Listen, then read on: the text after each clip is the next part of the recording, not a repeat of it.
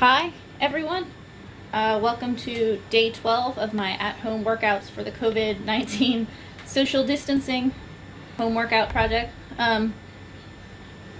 If you guys are just joining me for the first time, this is day 12 because there are 11 workouts prior to this. So if you're looking for stuff like this, or if you want to go check out what I've been saying in the previous ones, if today is kind of cool for you, there are 11 more for you to go look at. Those are on my Facebook page, which you are currently watching if this is live, and you can just scroll down and find those. They're also on YouTube, so if you go over to my YouTube channel, there is a playlist of the home workouts, and you can go look at those. Basically, the way this works is I'm not giving a workout. I'm not like designing a program, and I'm actually not teaching techniques or anything like that. I'm working myself out at home.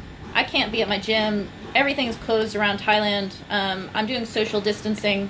And so I'm basically just working out on my own in my apartment. I was previously in Chiang Mai, so that's why the room looks different for the first 10 days. And then now I'm home in Pattaya, and so this is what you're going to be looking at for the remainder of the quarantine. But I'm doing my own workout and inviting people to watch, but I basically think a lot about technique when I'm doing my workout, and so I end up talking to you guys a lot about the techniques that I'm thinking about while I'm doing them. Everything that I do comes out of what's been taught to me, the things that I understand through years of doing Muay Thai in Thailand and learning from some of the best trainers, crews, legends of Thailand that are all in my Muay Thai library.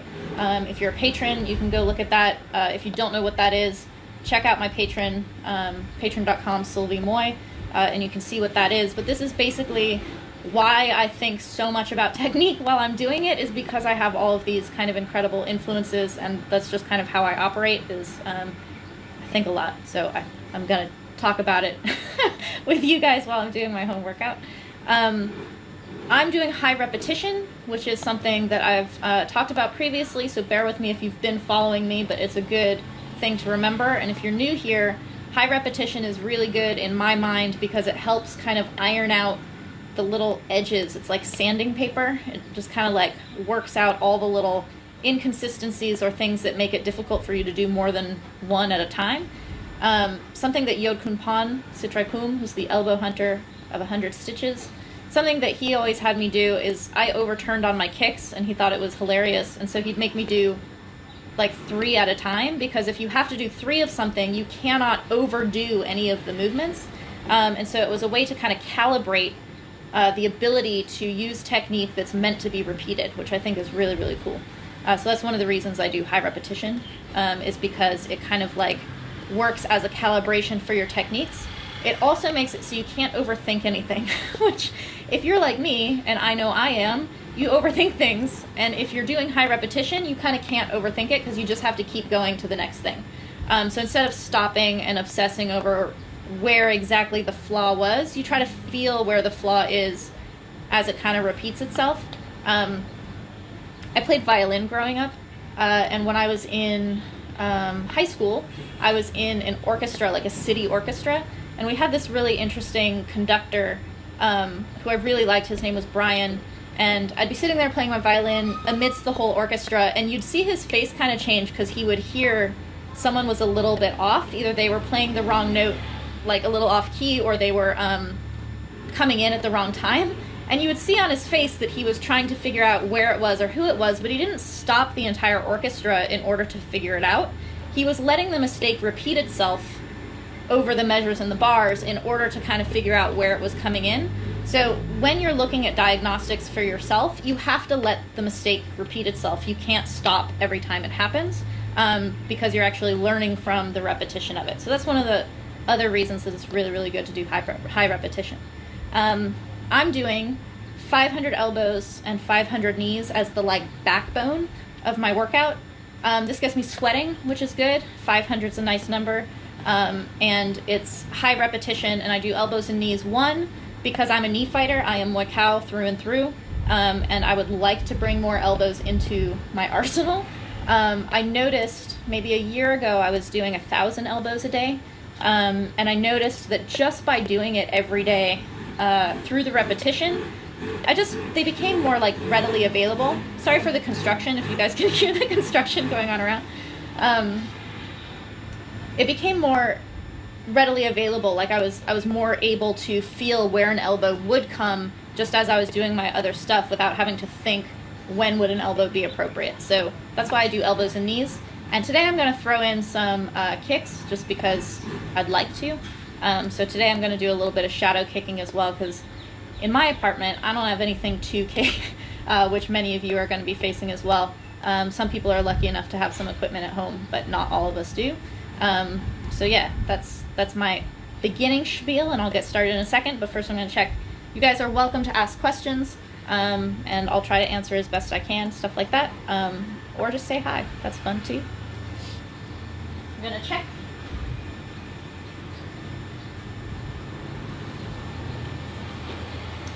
So far, notification that my husband's watching. That's fantastic.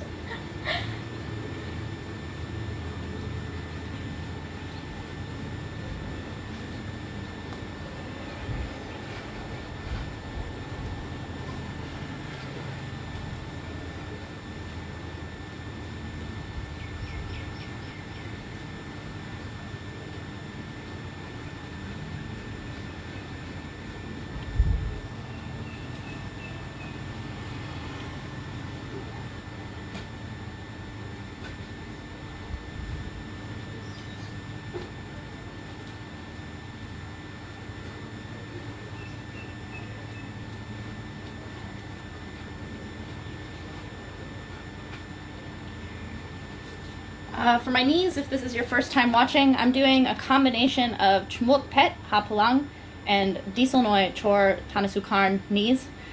They knee very high, so some people have asked me why I'm not doing more of a like spear knee.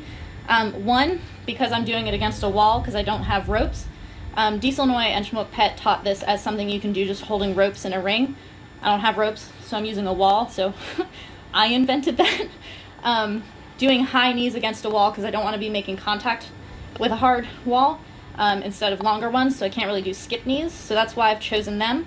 But high knees are really good because not only are they effective at the range I like to fight at, which is clinching range. To be kneeing up like this is really good, but on top of that, Dieselnoi always says to just go full bore on these knees. Really high, like higher than you would ever throw them in a fight, because you're training yourself and acclimating yourself to being tired. So you want to get your legs fatigued and still bring them up high.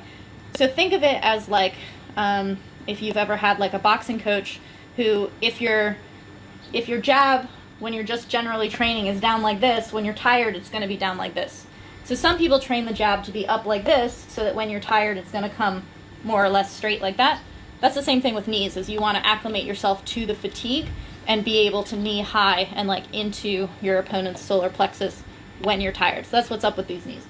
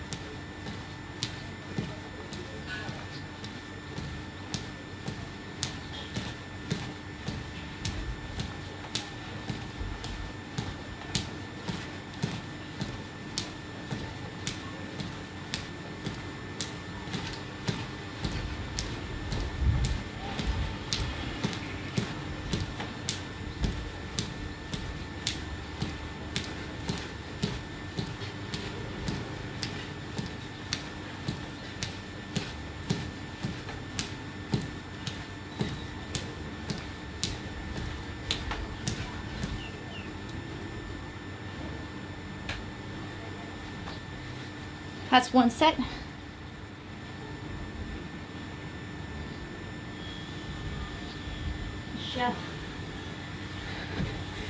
Michelle asks, do I have any tips for discipline? It's interesting. All right. I don't know that this is a tip, but this is just me thinking out loud based on your question. People are different. So my husband, for example, he needs things to be super the same and regimented. So if he makes a plan, he has to do that plan every day without interruption, because the interruption will kind of like make everything fall apart. I'm not that way. I will make a plan to do something every day or to kind of like build on something, but if something goes awry, if I'm not able to do it, that's not a kind of like all or nothing issue for me. Because people are different, it's very hard to say, tips-wise, how to build your discipline, because people have different mindsets in terms of like what makes them feel motivated, what makes them feel like they're accomplishing something, and what makes them feel like this is useless and defeated. Everyone has all of those things. There is nobody who's like, I never feel defeated. David Goggins feels defeated. The thing about discipline is you have to think about what it is that is the like bare essential to what you're trying to do. And a lot of times people mistake that for the actual action that you're supposed to be doing. So they're like, I have to do the 5 push-ups, and if I don't do the 5 push-ups, I'm undisciplined.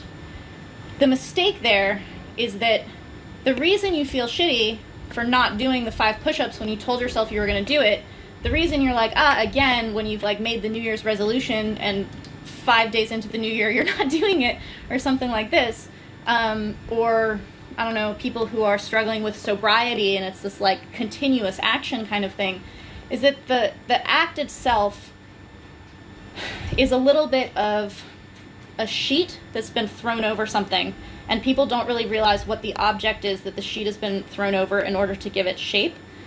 The thing that is actually super core and principal to discipline is the value underneath all of that you truly value, you truly believe. If you try to make yourself disciplined about something that you don't really value, you're gonna struggle. Also, if discipline itself is your value, that's pretty great, except you're going to feel super bad on days that circumstances outside of your control make it so that you can't do that. So I think my tip, as I'm gradually getting around to it, is that no matter what type of person you are, whether it has to be like completely the same all the time, never miss a day, or whether you're someone who's like, okay, well I did 5 and so I'm going to make up for it with these or something like that, the thing that you have to protect, like the egg that you're actually carrying when you're trying to do the whole obstacle course, it's not the obstacle course, you're trying to protect this thing, is a value that you truly, truly believe, not one that someone told you to believe, but a value that you really have. So for me, my discipline, like what gets me up and going when I'm unmotivated, when I'm tired, when I'm sore, when I'm bored, like any of those things, the value that I have for myself is that one, I feel obligated to how much other people have invested in me, and 2, I do not doubt in any way that doing something is better than not doing it. So the Dan Gable, more is more, or the idea that even on your shittiest day, having put in the work and experienced falling apart, having experienced the worst day ever makes you better. That's a value that I have, and so I think that's where a lot of my discipline comes from, in doing things even when I don't really feel like it, or even when I feel like for very long stretches I'm not improving. Even if I don't see the improvement, I have a core value that it is impossible to not improve if you're putting in some kind of work. So that's my like roundabout coming around to that answer.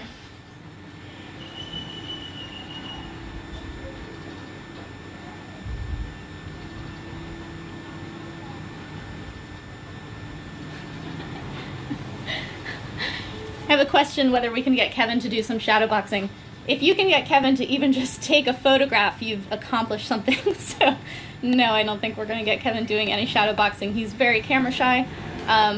But you are correct in your question in stating that Kevin has watched and absorbed and thought about Muay Thai for so long. He is incredibly knowledgeable about Muay Thai without having taken the same route that I have of being super documented and visible in it. So no. But hearing his thoughts about it and things like that, on the Muay Thai forum, Kevin will write some really long, beautiful articles about thoughts that he has about particular techniques, or a video that he watched, or a fight that he watched, or even what some of the processes of the pedagogy of teaching in Thailand are like.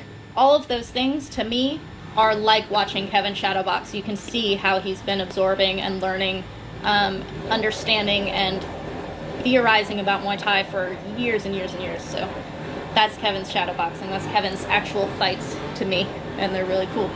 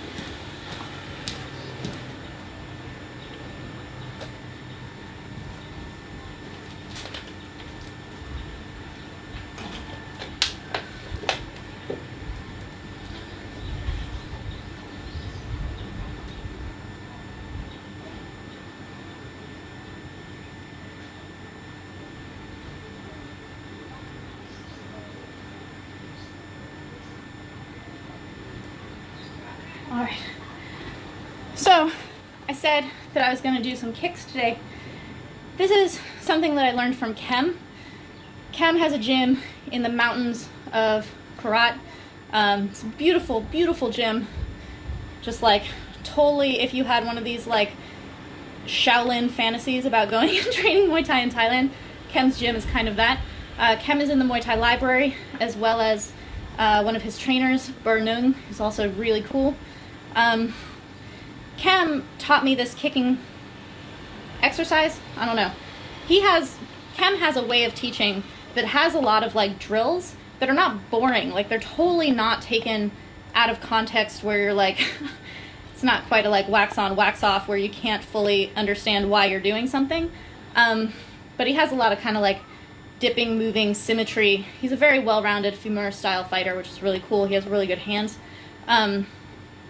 Something that Kem had us do was basically just kick in one direction and you go ahead and spin like 180 with it, and then you kick in the opposite direction to get yourself back around to the front, or you can do two on the same side in order to get to that 360. What I like about this drill is that it requires no space.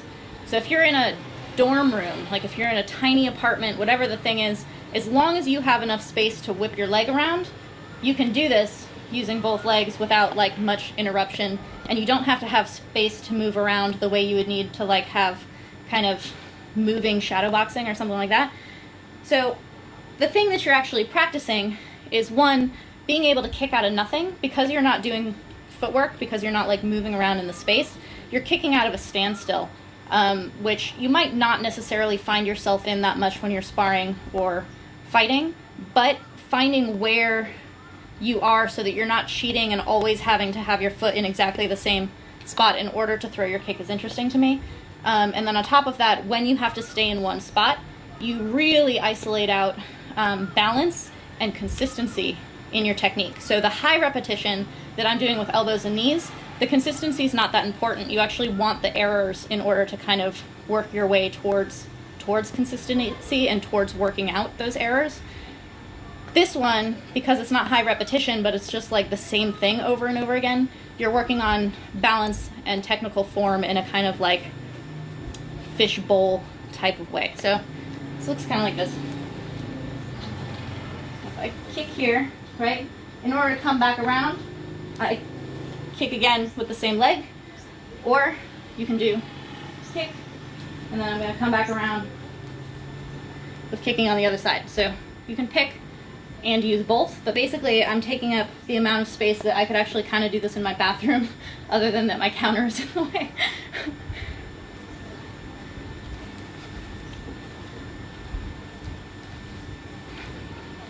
For me, for my kicks, I try to pay attention to how much I'm leaning back. I lean back too much on my kicks. So when I'm throwing them in space, I'm trying to pay attention to like where my chest is so that I'm not rocking back too much, because it makes my form weird.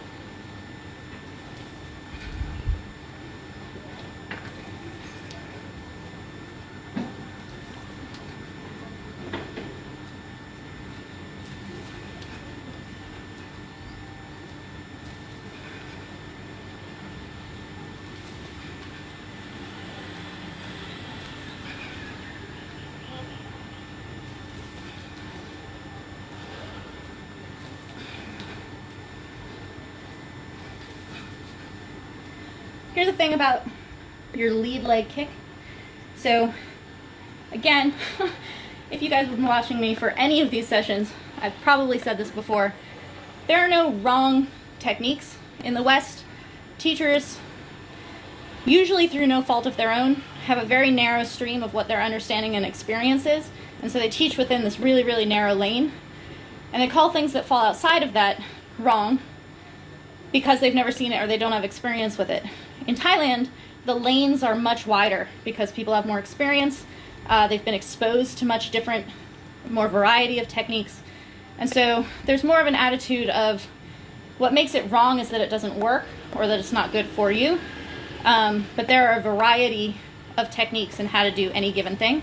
So, perfect example, this lead leg kick, the way that my trainer Krunu teaches me is to not do anything with your feet. There's no switch, you can just walk forward and throw it.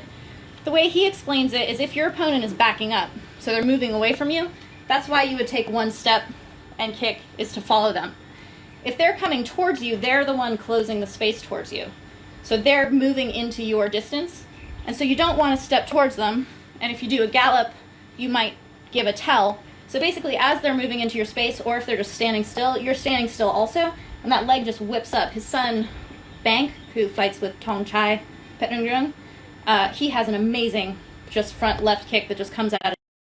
So from a standstill, bong, you just come up this way. So you have to kind of rock back with it, bong, like this, right? Is that me?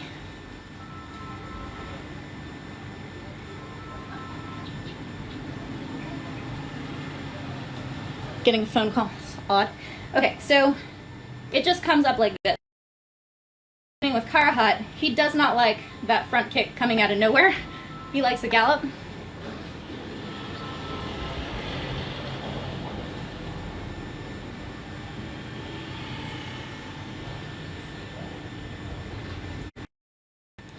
When there's a leap, sorry guys, pause this for a second.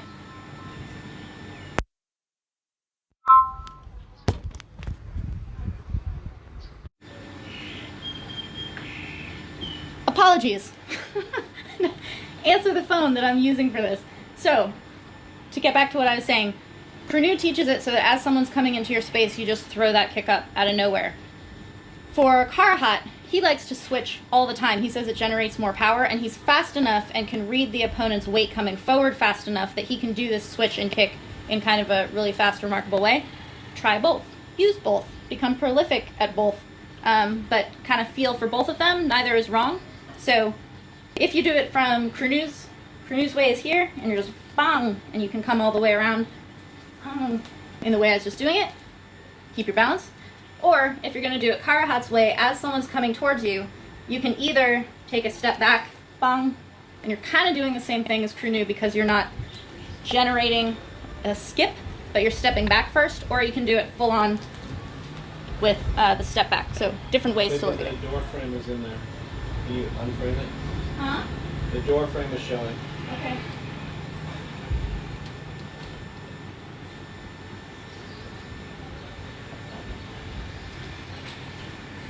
That's good. Okay. Now the other door frame is showing. There you go. Is that okay?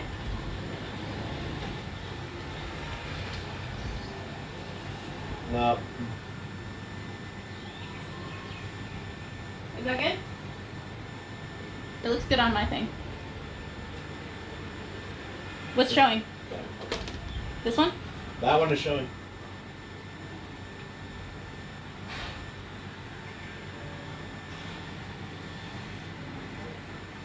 That's good. Okay. Aldo commented that Baz Rutten says it's all about power. No. For Baz, maybe. That's cool. I like that. If you look at someone like Lak Hin, Lak Hin's a small dude. Lak Hin is like close to my size, and he is just so scary. Like, everything he does is about hurting his opponent. That implies that it's about power. You can't really hurt someone with something that doesn't have a lot of power behind it, but a lot of that has to do with accuracy. I would take accuracy over power in terms of if I were to like pick out of a video game arsenal like stamina or agility or power or accuracy, I would take accuracy. There are some fighters who do not look like they have power. Samart is one of these. When he throws a punch, it looks like there's no power, but he can knock people out because the accuracy, the like pinpoint accuracy of it is taking whatever power there is and putting it on a pin. So they have those like emergency, if your car gets submerged in a lake or whatever, and they have that like tiny little pointed metal thing that you just push it, and because it's so pointed it shatters your whole window. That's the way I think about accuracy in Muay Thai, is that throwing with a lot of power, I think when you try to be really powerful, that's the error rather than power not being important itself. But how you direct that power is something that is really hard to teach and takes a really long time to learn because it's all about feeling. So I've been talking about Chat Chai a lot lately. Chat Chai Sasakun has this incredible style with his like weight transfer and balance. He had this whole thing when he was teaching me how to throw a hook. I was southpaw at the time, so I was southpaw, and he was showing me how to throw like a lead hook like this that kind of like comes through the opponent. And a couple of times on the mitt, I just hit it so hard that I was like, yes, like this is going to be the only strike I throw because it felt so good. But when he was getting me towards feeling how to get to that point again, he kept making this point about the alignment of your arm as like all one piece. If it's not all one piece, if you like flare your elbow too much, he's like, the power's going to go out that way. So you're throwing with power. You have power, but the power's like really non-direct or like imprecise. So in order to have power, I think the precision and the accuracy is super important. And in order to get precision and accuracy, and one of the things that we're doing training at home with nobody telling us what to do and us kind of like being in our own test kitchens, is you're learning how to really feel your own technique. Like, just concentrate on what things feel like. They're not all going to feel good. They're not all going to feel bad, but just figure out how to feel those differences and where your balance is. And that's going to make a really big difference in your accuracy, which ultimately makes a really big difference in your power. That's my spiel on that.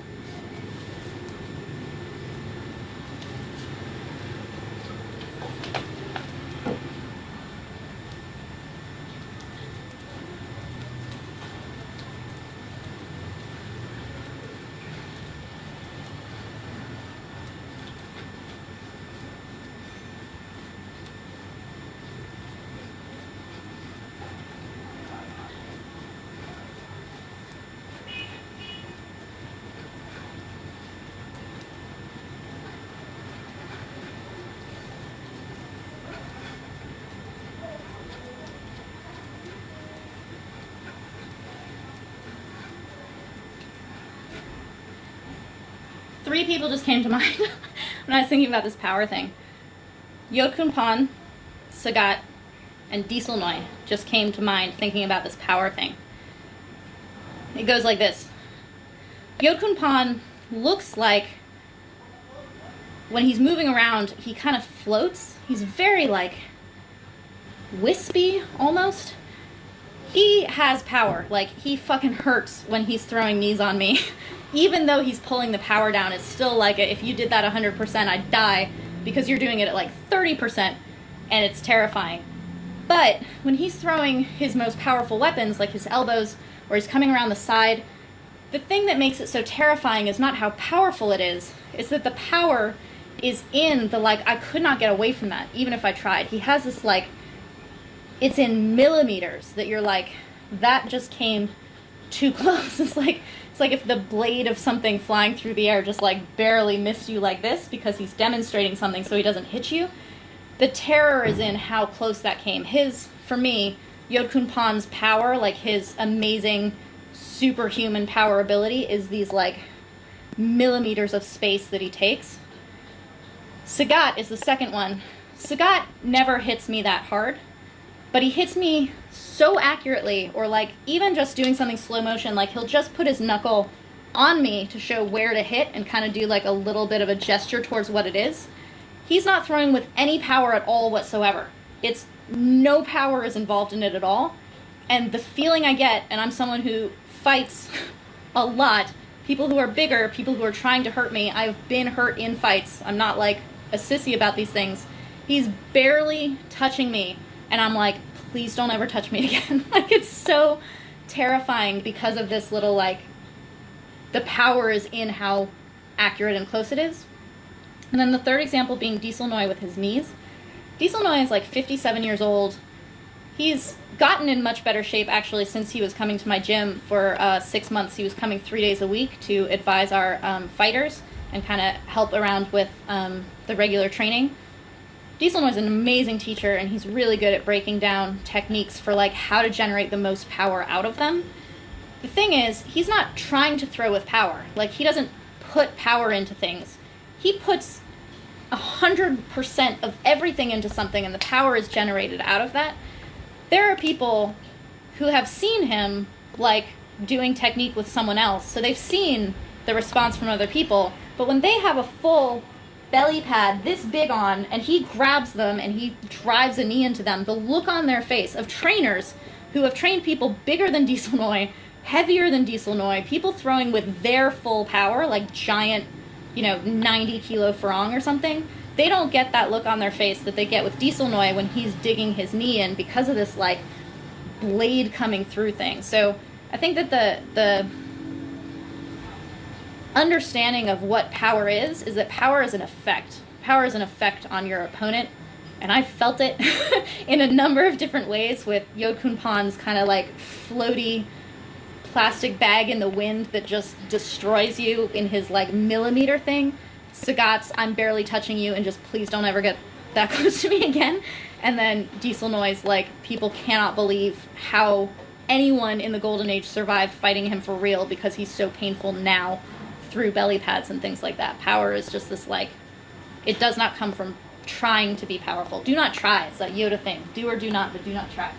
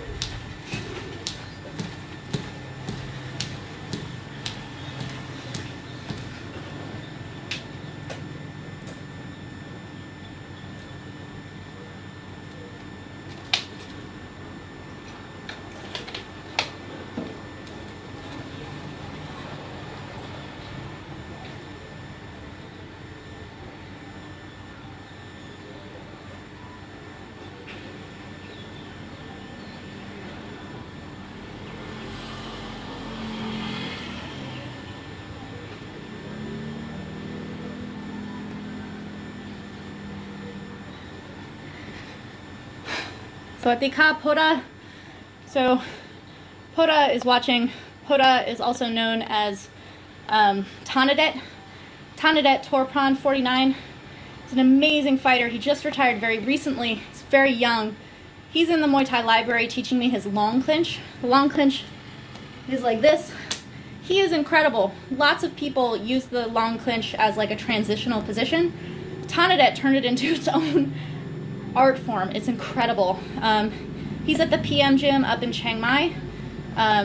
He teaches privates. He can work with you in clinch and things like this when people are able to go back to training. If you want to go see the long clinch in the Muay Thai Library, Tanadet is incredible. If you want to go look on my 8limbsus.com website, we have a, what is it, like a breakdown? Not a breakdown. We have an analysis of the long clinch with Tanadet over a couple of his fights. It's incredible how he uses it. It's so, so cool. Someone just asked, do I use Yod Kun Pan's knees in my fights? Yes. The Yod Kun Pan knee is not a particular knee in the same way that the Chmuk Pet or Diesel Noi knee is very particular. The thing about Yod Kun Pan's knee and why you would call it the Yod Kun Pan knee is that he was the first person to ever really tell me do not lean back on knees. And so we have this video, if you want to go look on my YouTube channel, it's free. The do not lean back on knees is Yod Kun Pan teaching me to not do what many people learn, which is this kind of rocking horse-like long spearing knee, but rather to kind of keep everything upright and just drive with your hip. The reason you would do that is to be able to throw multiples. So in the same way I was talking about at the beginning of this workout, that high repetition is for volume.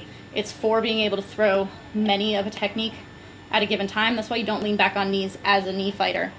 So I do throw Yod Kun Pan's knees in fights, but not as much as I would like to. I'm very slowly starting to throw knees from a distance. I really throw knees from clinch range in the clinch, like I'm already locked. I had a problem a couple of years ago, which is that I wouldn't throw a knee until I was in like a super comfortable position. So I had to wait until I had found like solid position where my opponent couldn't go anywhere, and then I would start throwing my knees.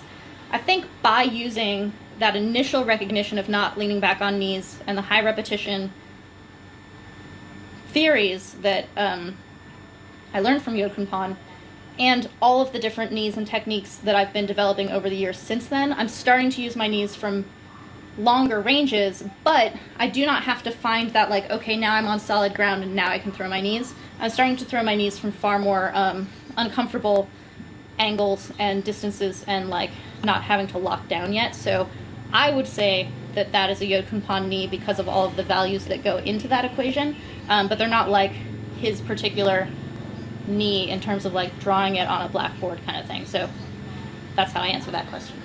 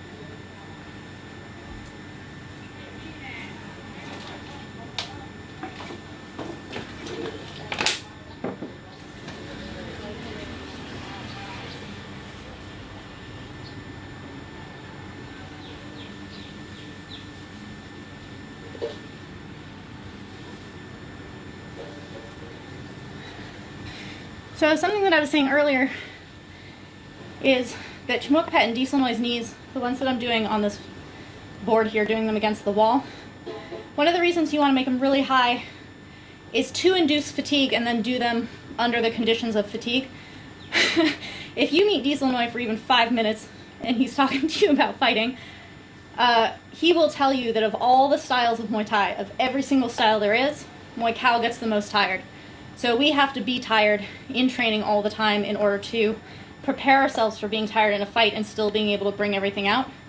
Regardless of what style you are, every trainer who I've gone and put in the Muay Thai Library or worked with in my life, everyone tells me you cannot only do technique and you cannot only have power.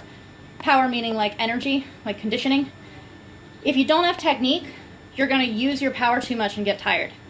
If you don't have power and energy, you're not going to be able to access the technique that you know. So these things have to come together. So because I was just talking about Thanadet and his long clinch, there are things that need to work together that you don't necessarily think about. Dislonoy, as a knee fighter, and as someone who's talking about how fucking tired you have to get and be as a knee fighter all the time, and he is not joking, the way Golden Age fighters fought and trained, the way they trained, nobody does anymore. It just doesn't exist. It was like unreal. These guys were so hard.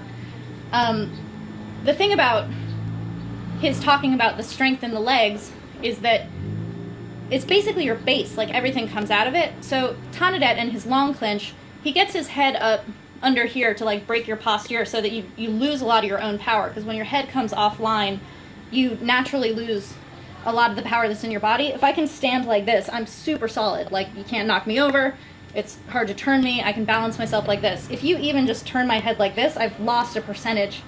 And if you can dig your head into this nerve here, it's kind of got this like knee buckling thing. And if you can take someone's legs out, you've taken out a huge part of what they have at their disposal in order to access any of the other techniques that they have.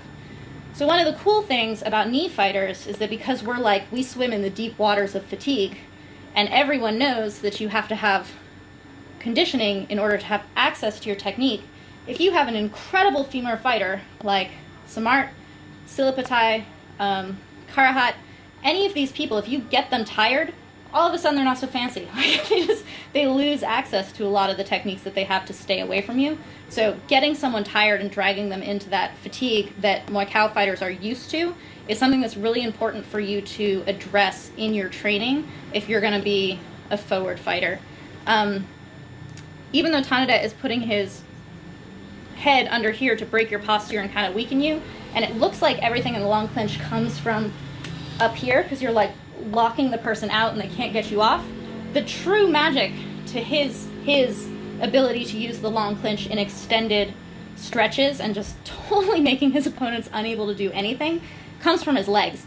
If you ever meet Thanadet, or if you just watch one of the videos of him, his fucking legs are so strong. So he locks you up top like this, but he's actually moving you with this like super wide, like these are the wheels of the cart that just move everything around.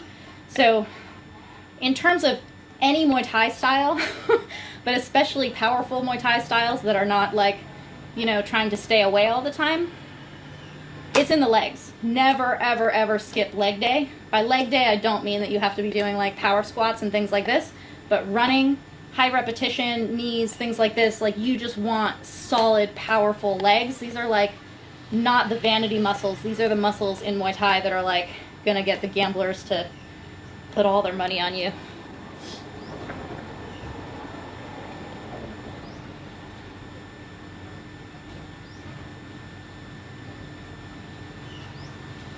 And that totally, where the head goes, the body follows. I say this when teaching people or helping people with clinch in my gym. You pull someone's head to the side, you rip them to the side, you pretty much just want to be manipulating the head all the time. This is one of the things that I find really funny when people have learned clinch in the West and then come to Thailand and get thrown in the deep end, is that in the West there's just not as much knowledge, technical or experiential, of clinch. And so people just learn, I don't know if it's actually called this or if Joe Rogan called it this and now everyone calls it that, but the double plum, which is like this lock. Lots of people do this lock. You don't see it at high level Muay Thai because it's very easy to stay out of. Like, it's very hard to get to and very hard to stay out of if people know what they're doing. But the funny part is that people who have learned this as the like go-to, this is the ultimate position to get into for clinch, they actually don't even put their hands in the right place. So they're using tons of power, usually with their hands on the base of the neck like this. And controlling the neck is okay, but there's like super muscles in the neck to like resist it. If you come to like the top of the head and even just pull it like a little bit this way, it's like, it's so much easier. It's like a super sensitive mouse rather than trying to like hammer your computer. So yeah, control the head, like the top of the head, mainly like up here like this. These little movements make a huge difference. And again, it's not power, it's technique, making it so that you don't have to use your power so much. And then if someone else is really technical also and can like counter your movement, then you use power to like jerk them out of that and move into something else. It's kind of like a I don't really understand electricity, so I'm not going to pretend like I do. But it's the like AC/DC. You don't want like constant power. You want kind of like an ebb and flow of power, like you have it at the right moment type of thing. But you also don't want spastic pops. I don't know. Maybe an example over my head, but it's not continuous power. You're going to burn yourself out. Jiu-jitsu people definitely know this. But whether you're talking about clinching or not, even when you're doing striking, you don't want to be doing like endless all one level of power. You want like a variety and like a pop and an ebb and a flow and all of that stuff. I'm going to do the kicks and then go into my last set.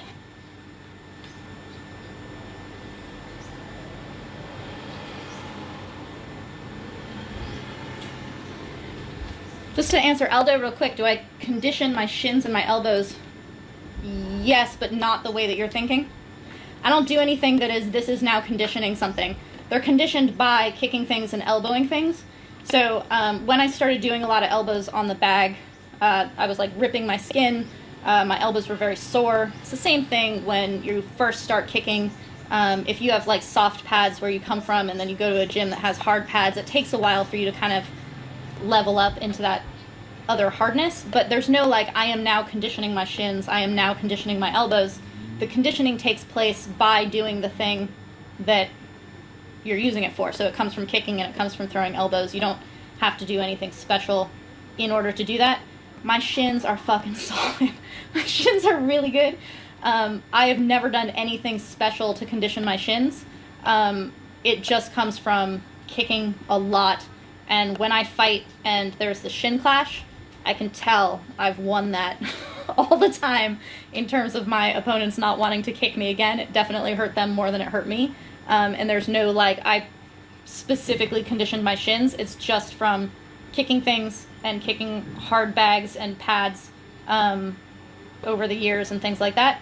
When you do have sore shins because you're leveling up or you've like delved into a harder pad, harder bag situation, or if you've fought and you have the dings on your shins, it's really important. This is not conditioning, but this is recovery, to use hot water treatment to recover your shins. A lot of people just don't know what to do and they think rest is the thing to do. So you have like totally dinged up people who have been in Thailand for a week. It's very funny. They call them baby legs, but like they'll just have like the spots of purple everywhere. And they think that just not kicking on them or leaving them alone is the way to let it heal. That is wrong. You need to address it, and the way to address it is to use hot water massage. I have 3 videos on YouTube. They're all free. You can totally go see them on how to treat your shins for recovery. If you do that when your shins are dinged up, you'll be able to get back to kicking faster. Like, not faster kicks, but sooner. You'll be able to get back into kicking rather than waiting months for this thing to not really heal itself.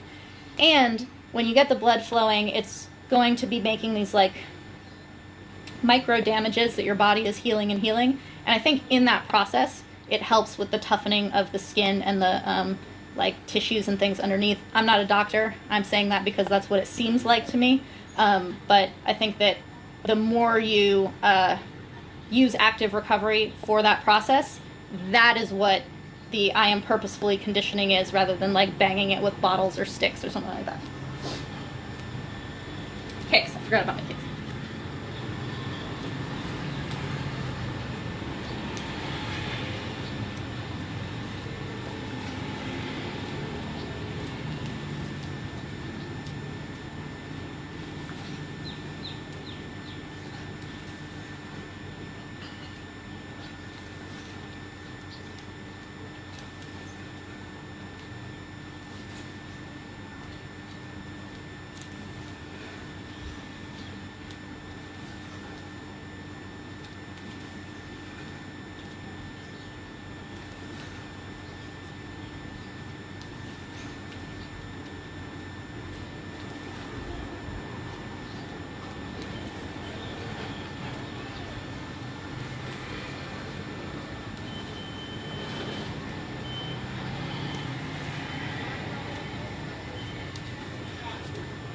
just thinking about this because I was doing the kicks.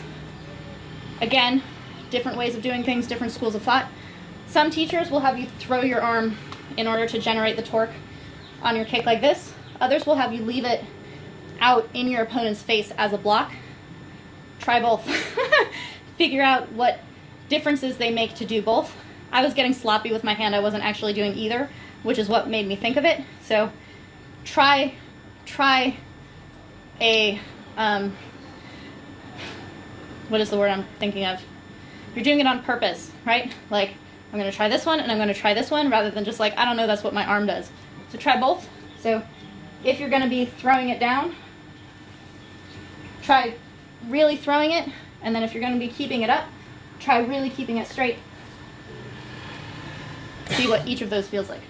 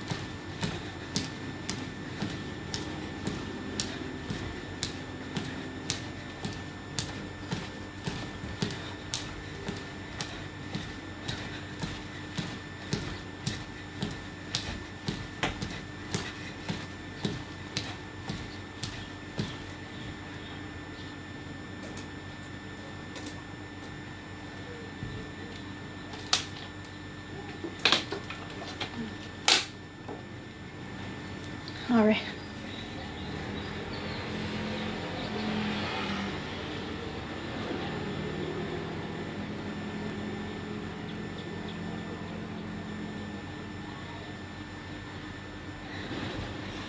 All right, so that's my workout for today. I will do my sit-ups. I need to do push-ups. I was watching my live stream from yesterday to like flip through a little bit, and I was looking at my arms and I was like, I'm not as swole as I'm used to being. So instead of giving myself the excuse that because I'm in social distancing, staying home, that means I'm not going to be as powerful as I was in the gym, it does mean that I cannot do all of the things that I would be doing if I were able to be at my gym. But it does not mean that I cannot become more strong than I was at the gym by doing stuff here. So that was a good reminder to myself out of a little like vanity muscle situation. Something that I talked about yesterday that I just kind of want to reiterate today is that there are lots of things that we can do at home that we can't do at the gym. So because we're forced to be at home, we're all thinking about the things that we can't do at the gym. But there are things that we can do here that we're not really able to do there, and so we need to focus on those things because those are the circumstances that we find ourselves in now. So find those things. Find whether it's like, I'm going to get a six-pack because I can do way more sit-ups because I'm not at the gym all the time. Or if you really want to work on stretching, or if you want to really fine-tune your footwork. If you have enough space to take 2 or 3 steps in a circle, you can work on your footwork in a pretty serious way. So yeah, make decisions about what you want to be working on and become the captain of your own ship. This is the opportunity to do that, and I think that's actually really cool.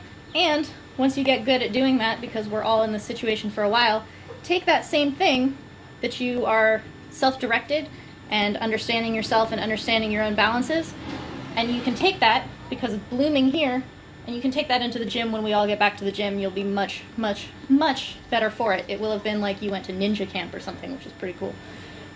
So thank you guys for joining me today. This is day 12. If you want to hear me blabber about other techniques and other things that I've been working on and thinking about, there are 11 more sessions of this before that you can see both on my Facebook page and YouTube. I talked about how Kevin writes incredible things on the Muay Thai forum. He also writes guest posts on 8limbsus.com, which is my blog. I very much encourage people to go on the Muay Thai forum and talk about anything that you want to talk about in terms of things that you've been trying, thinking about. If you need some kind of workout at home routine, ask the community. There are tons of people with very good experience and very good hearts who are very open to offering that kind of advice, and we can work on it together as a community, because even though it feels like we're very locked away in our small rooms and not really able to come in contact with other people, we are in very much a world in which we are in contact with people all over the world at any given moment. So you're actually not that separate from tons of knowledge and tons of experience, and people are trying different things. I think that's very cool. It's a very cool time to be learning from the community of Muay Thai and not necessarily your trainer or gym or something like that, even though some of those people are still offering online sessions for their members, which is very cool. And then again, people who I mentioned in this workout, who I was thinking about in this workout, are all in the Muay Thai Library. If you have time on your hands and you want to go learn directly from the source, more or less, from the archives of my Muay Thai Library, what I'm doing with the Muay Thai Library is preserving technique of Thailand that is very quickly disappearing from contemporary Muay Thai. This is just something that's happening, and so I'm archiving it, and the men who carry that knowledge and the personalities who carried it through the Golden Age, which is really cool. So the people who I mentioned, if you want to go check them out in the Muay Thai Library, I had Lak Hin, Diesel Noi, Chmuk Pet, Tanadet, I talked about Sagat, and Yod Kun Pan. So those are six those are six you can go look at, and that's more than 6 hours of training, because there are multiple entries for a couple of those guys. The entire library is more than 90 hours of long form instruction, which is how I like to present material, because I like the trainers to be teaching it in real time. I don't really like highlights, because I think it takes it out of context, and it's not like going and learning a move. It's understanding not only the move itself, but how it fits into an entire system. So instead of just picking vocabulary words that you then can't make a sentence out of, I see it more as like actually learning the language and the context in which all of these words have not only a denotation but a connotation. So that's my nerdy spiel about why I like presenting long form instruction and letting these legends speak for themselves. So yeah, I will see you guys later. Take care of yourselves, be responsible, be kind, both to people who are in your direct vicinity and people who are online. Let's be really nice to each other. Take care, take it easy.